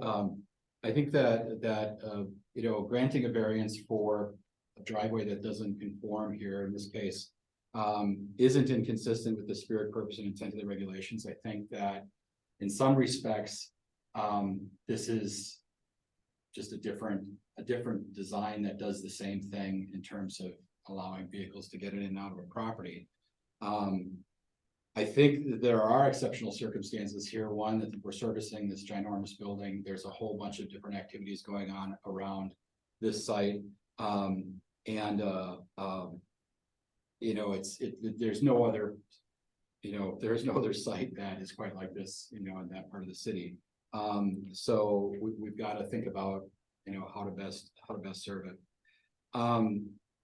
Rights, yeah, I mean, you got to have a driveway to access your real estate, and that they're doing that. I think the absence of detriment argument here is the one that's probably got the most going for it. As John pointed out to us, you know, these sorts of curved driveways, as opposed to the more conventional flare, may allow a vehicle to enter, you know, at a higher speed than others. But I think that, you know, they're also thinking about the ability to quickly get off of the street to avoid bottling up the traffic on Broadway and making it safer by not having, you know, as much time spent in the road, maybe slowing for a turn, where here, you know, they've got the width and the radius to make both the ingress and egress more easy based on their analysis. And I'm not, you know, going to judge whether or not that's better or worse than somebody else's. I guess I bought the argument that it's a safer and more prudent approach to the design. You know, and a hardship, I think, you know, in this case, you know, it's not based on, they're not saying, well, it's a cheaper way to build the thing, or we can't afford to do it the way you're asking for it. It's just, in a sense, their belief in what they're proposing as the best design to safely access and leave the site conflicts with what the regulations are asking for. And that's the hardship, really, is that they believe they've got a better way to do this. And you know, that's I guess in some sense you could argue that maybe is self-imposed, but I don't see it as you know, the sort of thing like you know, you still gotta have a driveway. So it's more about the design in this case. And I think that you know, the criteria they were using to make that design, they think they've made their case that they need it. And so I'll find that there's a hardship in not complying because they think they've got a better way to do it. And I would also go to the point that conforming to code here may actually be less safe, and I'd consider that a hardship as well. You know, less safe for mill employees, less safe for members of the public. I would also go to absence of detriment. With the city promoting the shipyard district up the road from there, a lot of the hotels in the Green Bay area are in Ashwaubenon near Lambeau Field, which means if they're going to go to the shipyard from there, they're probably going to take Broadway. So having a semi fully in the driveway and not blocking traffic may actually become more important as time goes on. The one thing I don't understand about this one though is they want to eliminate the rumble strips. Well, that's the next one, Stephen. Oh, that's the next one. Fair enough. I was looking at the wrong spot. Apologies. So I do believe, unless somebody disagrees with what I've tried to lay out here, that we've found that the second provision here, the second request meets our tests. Let's move on to the third one. John, can you put that back up on the screen again? Oh, the overall. And then the third one is a 3-lane full access drive with rumble strips 35 feet at the property line, 45 feet at the curb. And they're seeking greater than 36 feet at the property line, although really quite minimally, I think, just based on the nature of that radius. 59 feet at the curb, no rumble strip and a design apron, which alters from DPW specs. Actually, this is one I guess if a rumble strip is typically required, where is it typically required in an intersection or a driveway like this? Right, that's a good question. It is typically required between the ingress and egress on the separate. Oh, it's that little ridge that's just got the bumps on it, so that if you veer from your lane, you can feel it. Keep the public traffic from running into each other. Okay. So maybe a question back to the petitioners in this case, why no rumble strip?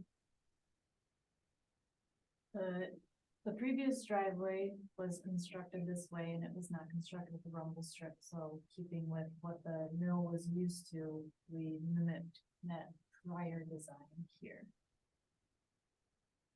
The prior design that was either approved or non-conforming since time immemorial. And if you put rumble strips in, would these lanes need to be wider, and would we have then even a bigger variance that we'd be talking about in terms of? Typically, no. And I think the sketch that the figure that accompanies the ordinance, and these rumble strips can be driven over. You know, they're not supposed to be. I don't think we'd be looking at a wider driveway, no. Yeah.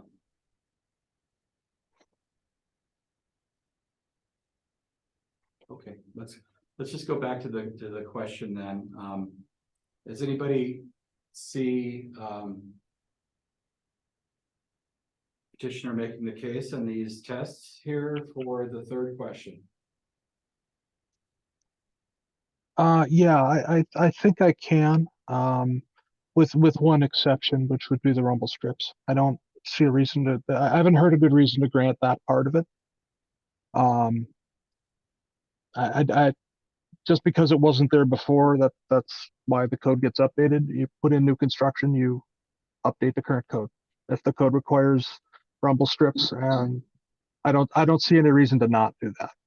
I can go down for preservation of it. Can you guys still hear me?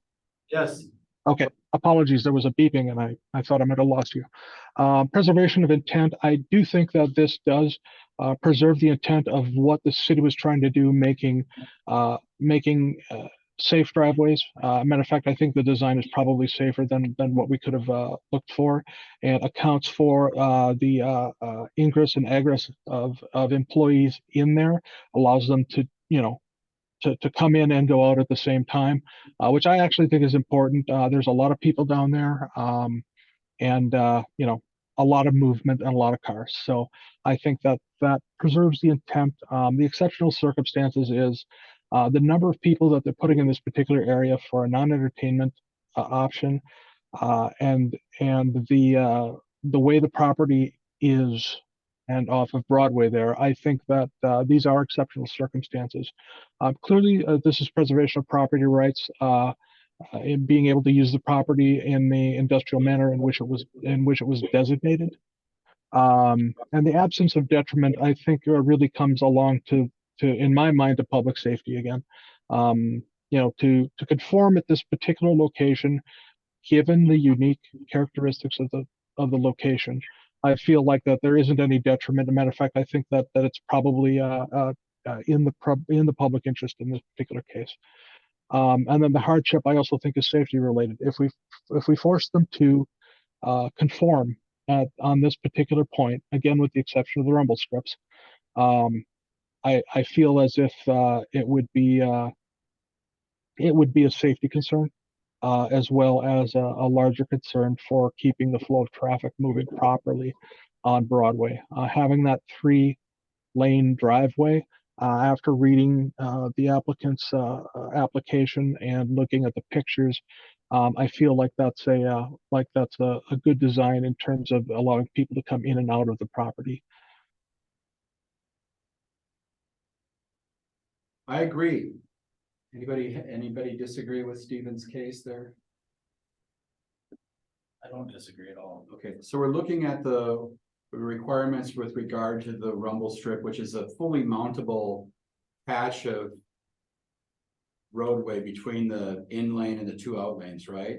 In this case, it's a 3-foot wide section of irregular concrete that can be driven over, but you'll know you're driving over it if you do. Correct. With 1/12 foot lane and then 2 10-foot lanes, which you can count the turn off the curve of the gutter itself as being a part of the driveway itself, then too. That can be accomplished under the current design, right? So that would be 12, 3 is 15, yeah, it would, yes. So it'd be, you'd still have 1 foot left over with your existing design. So it's doable. I'm sorry, is it a 12-foot plus 3-foot rumble plus 2 10s? Yes, but we can include the area where the gutter part itself is part of the overall width of the lane. Right now, the diagram shows 11, 11, 11, based up to the actual, to the gutter, not to the curb itself. So we can include the curb as part of the overall 10 feet.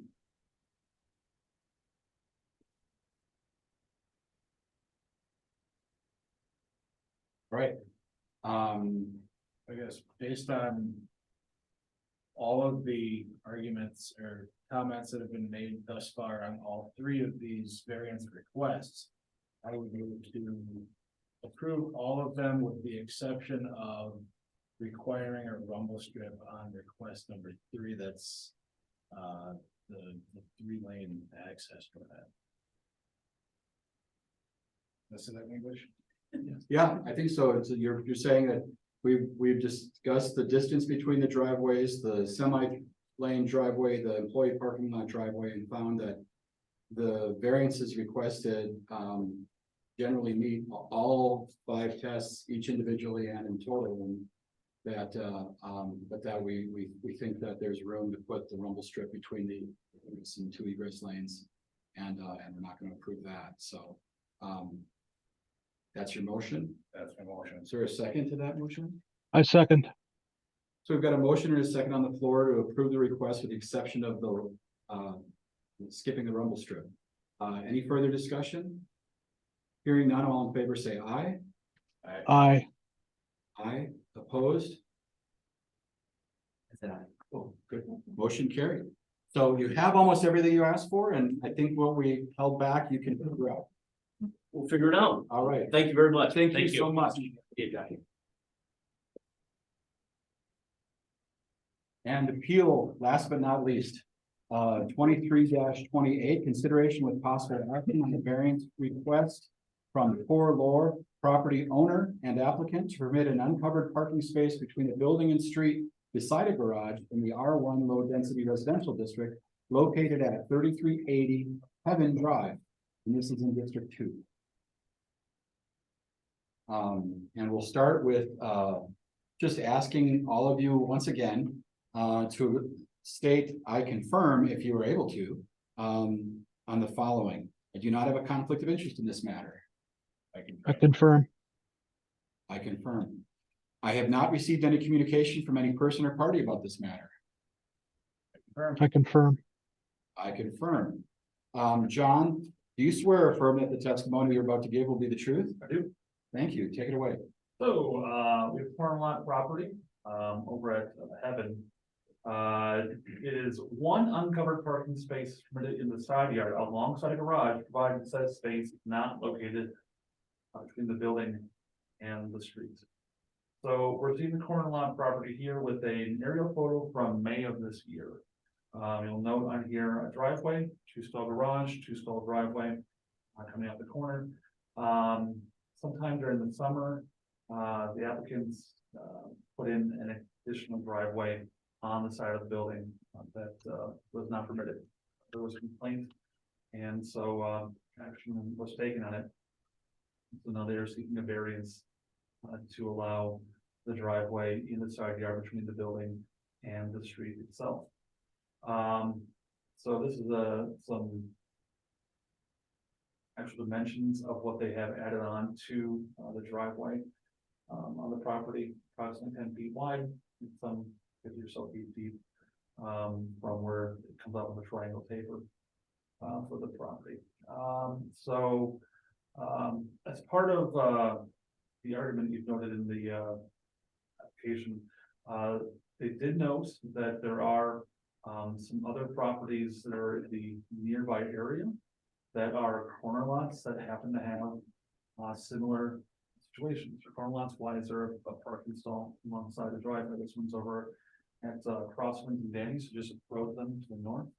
And then over at McCullough and Sitka, similar situation. I could note that this house was built around between 2014 and 2015. And this house itself was built back in the late aughts, early teens itself.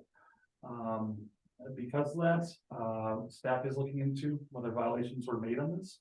I want to note that the most current iteration of the code where there are updates to this was back in 2019. So in the situation of both these cases, this is before the code was the way it exists right now is in place. So what the code states now is you can't have this, and if you came to the department and asked, could we put in a driveway, the site plan would get rejected. The site plan did not get seen by us, and there was a complaint that brought this forward to where we're at. So we are looking into these other two that are out there, whether or not there needs to be action on those as well. Additionally, we did receive communications from neighbors on this. It was a neighbor who was across the street. They also notified parking stall, but that's within both the setback, and it's not facing between a building and a street. The property owners over there, Nash and Kristen Soley, their letter is as follows. This letter is intended to support the owner, Tor Lore's variance request for the parking space / driveway extension beside the garage at 3380 Evans Drive, despite not meeting the city's requirements. As a Woodside Heights neighborhood resident for over 19 years, we are in tremendous support of seeing updates to surrounding properties that do not in any way affect other properties. Woodside Heights has been a wonderful neighborhood to be a part of over the years, and it needs to be a growing subdivision with several continuing updates. We, along with other close neighbors, have no problems or issues with the addition of the parking space / driveway. In fact, it adds value, additional outdoor space, and is a wonderful addition to their property. Thank you for your time and consideration. We declare under penalty of perjury that this information provided in this statement is true and correct to the best of our knowledge. Nash and Kristen Soley, 3381 Heaven Drive.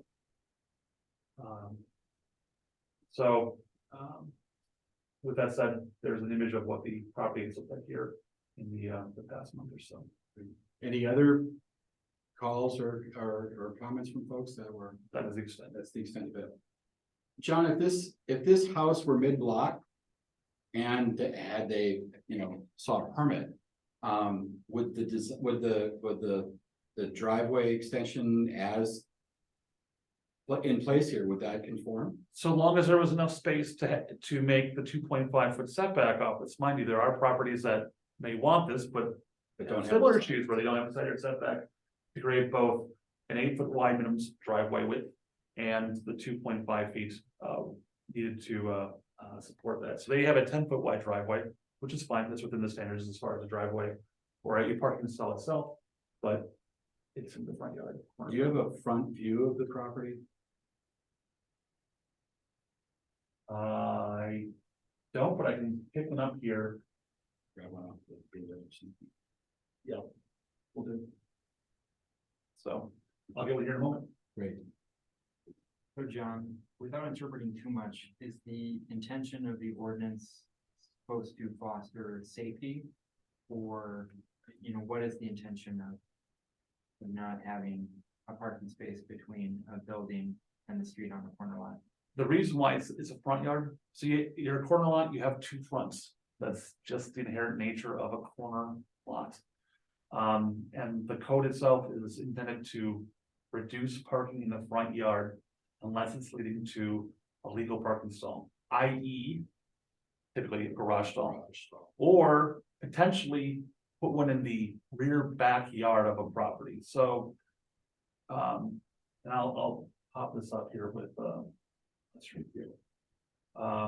There have been situations where, in theory, you could put in a driveway off of the north-south street here, but it wouldn't conform them with the rest of your, you can only put one driveway stall per lot, so you couldn't put a second driveway stall on the property. I'll go back to just the overall aerial view. In theory, Are you sharing, Christine? Let me see. I'm not. I can see it. I'm looking at it on Street View right now.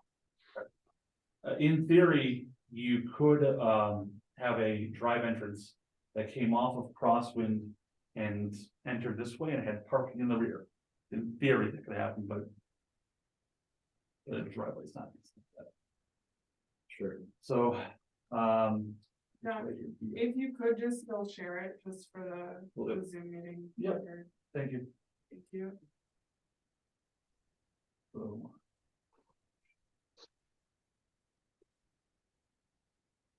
great. Research. Thanks. Any other questions for staff? All right, let's hear from our petitioners.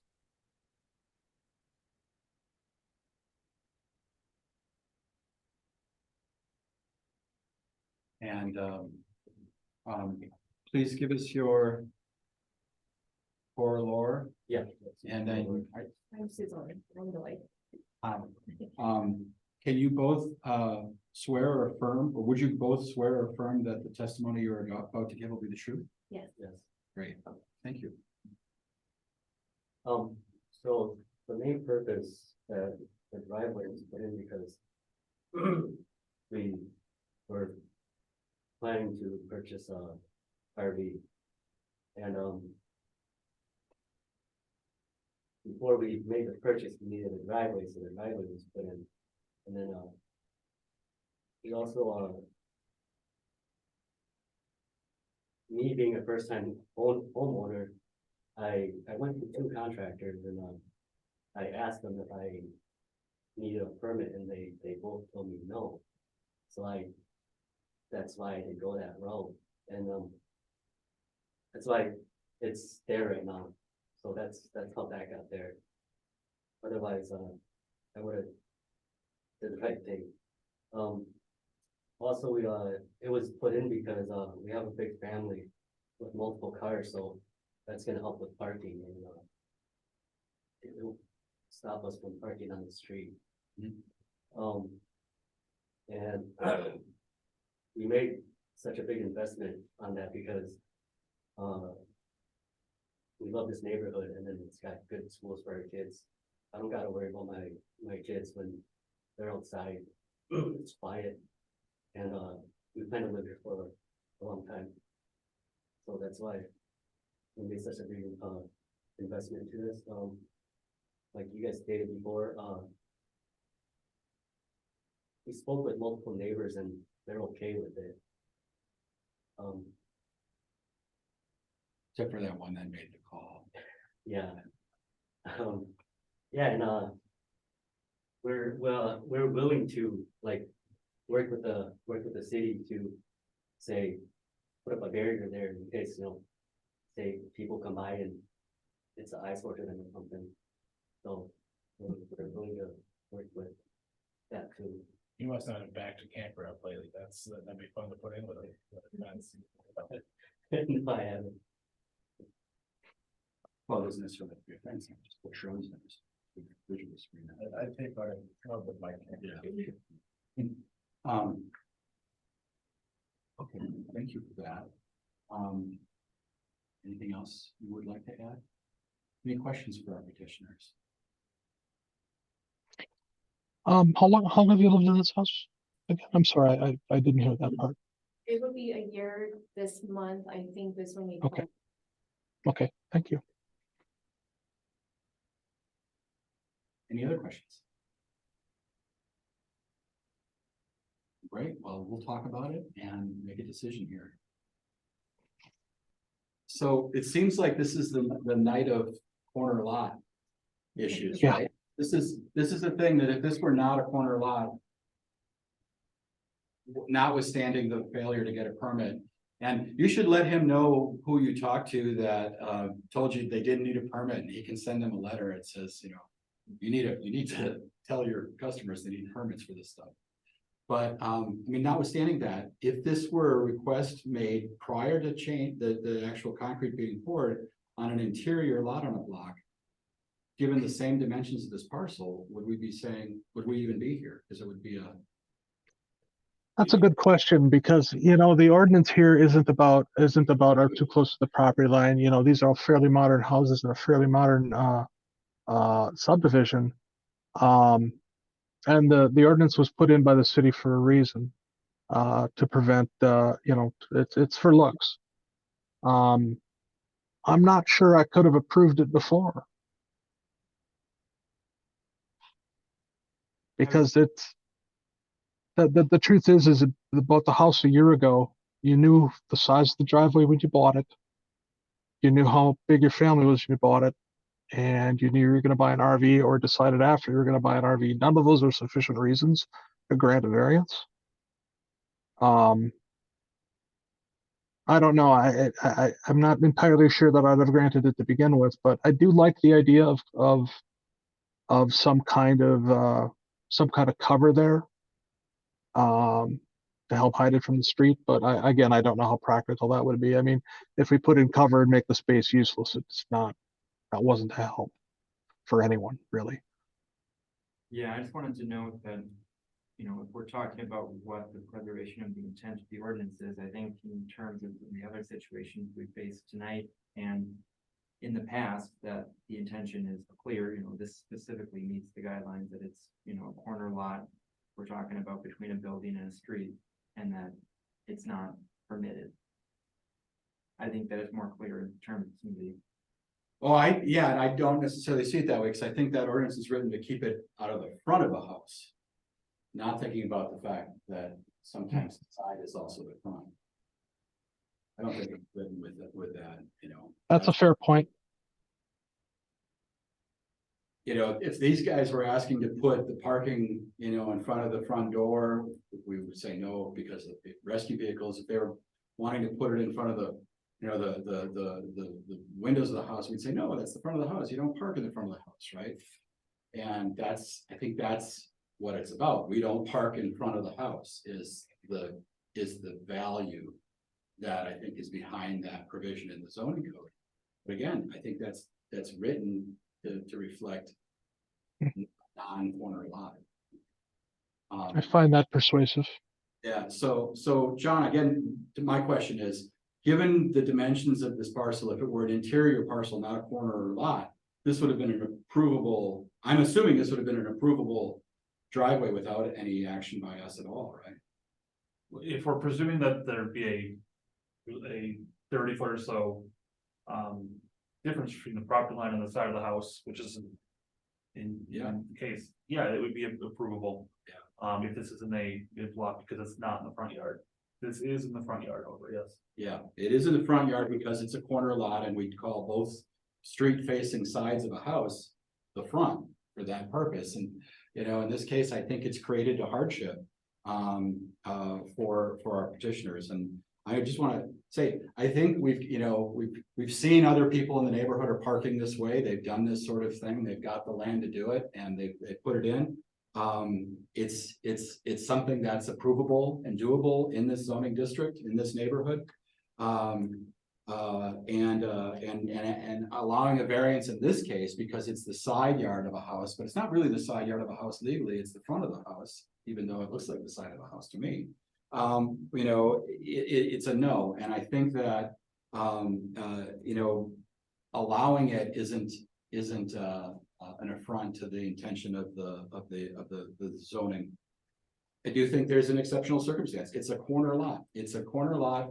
And it's corner lots complying with code that's written for non-corner lots is something we've seen multiple times this evening.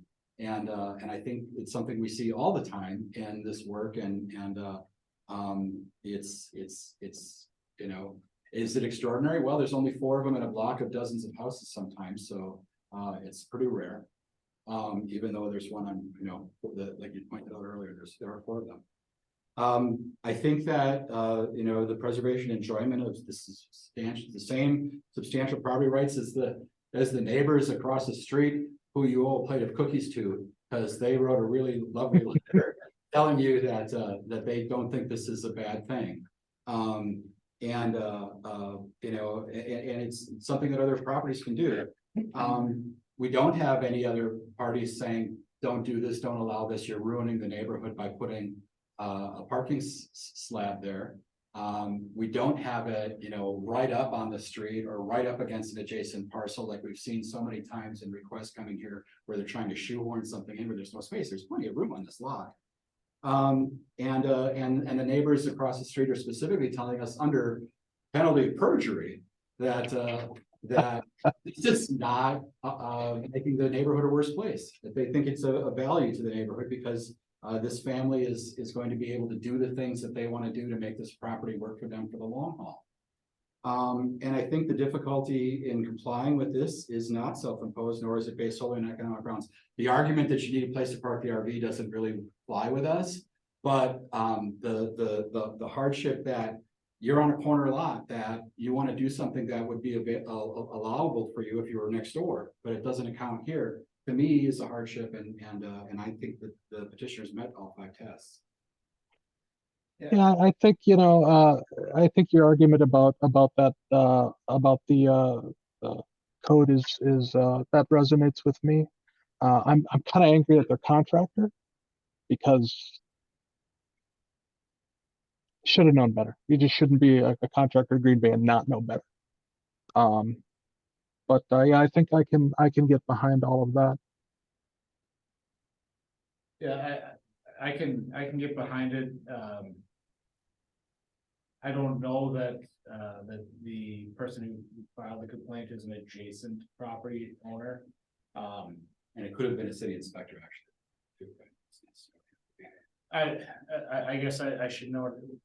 I think we've talked about in this board before about relying on you know, other hearing statements, even if under the penalty of perjury, but I don't know that letter moves the needle too much for me under all the circumstances.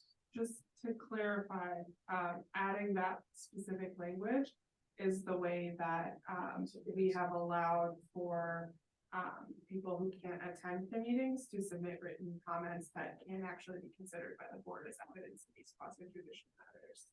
I still have a challenge with it because they were here to. You can't look them in the eye. Yeah. But be that as it may. I just wanted to give everybody context because we haven't actually addressed that before. This is the first time we've actually had written comments that have that language in there. I just wanted to give everybody. Yeah, I mean, but wouldn't it be unenforceable anyways, simply because that's opinion? I didn't hear any facts in any of that. Yeah, the letter doesn't really move the needle for me. I think under the circumstances, Noel's really made a pretty good argument here. Yeah, I agree. Mr. Chair, I'd like to move to approve the variance as written. Is there a second? I'll second it. We have a motion and a second to approve as requested, given the consensus that we have, well, perhaps the consensus that we have found that the 5 tests have been met. Any further discussion? Hearing none, all in favor say aye. Aye. Aye. Opposed? Nay. All right, majority is ruled in your favor. We have granted the variance. Oh, you know what? I wanted to say if they pay what they would have had to pay for the permit. Yeah, the permit still has to be paid, yeah. Still has to be paid? Okay. I don't know if it wasn't accounted for or not, but yes, that's still a part of a normal. Oh, okay. Yeah. So You'll have to make it right by paying the permit fee that you would. do I contact you or this? Do I reach out to you to pay for that, or do I have to come to the city? How did? I'll I'll give you- contact you tomorrow on that, as Okay. far as would be in touch with that, Okay, our site plan review, would probably be the one, P- oh, Pete, yeah, okay. PDS, yeah. You should give your contractor an earful. Information you guys need it. All right, Hi. thank you. Just to be clear, that's just additional information, it's not actually condition of the variance. That is only, it was a part of the motion, but we could have made it part of the, that condition of variance, I suppose, right? Yeah. It's, Yeah, we'll address that another right, day. there's, Let me think about it's still, that. you need a permit because you didn't apply for it, there's. So there still has to be a permit issued, so if they didn't, if they ghosted you, do we have then another action that needs to be done? Because then it's a. No, it's separate, because there are people who do legal, That'd be a separate. issue Right. with inspections, it wouldn't. or with- it's just, people make these things, yeah. If everything was legal, it would just be additional fees for not actually. Not compliant, okay, got it. Good to know. The date of our next meeting will be October 16th. And I would entertain a motion to adjourn. I'll move. Motion is second to adjourn, all those in favor say bye. See ya. Bye. Take care, everyone. Thanks, Stephen. Good meeting today. Yeah, I choked when I saw that we had. Yeah, but I tell you what, you moved it along and you kept us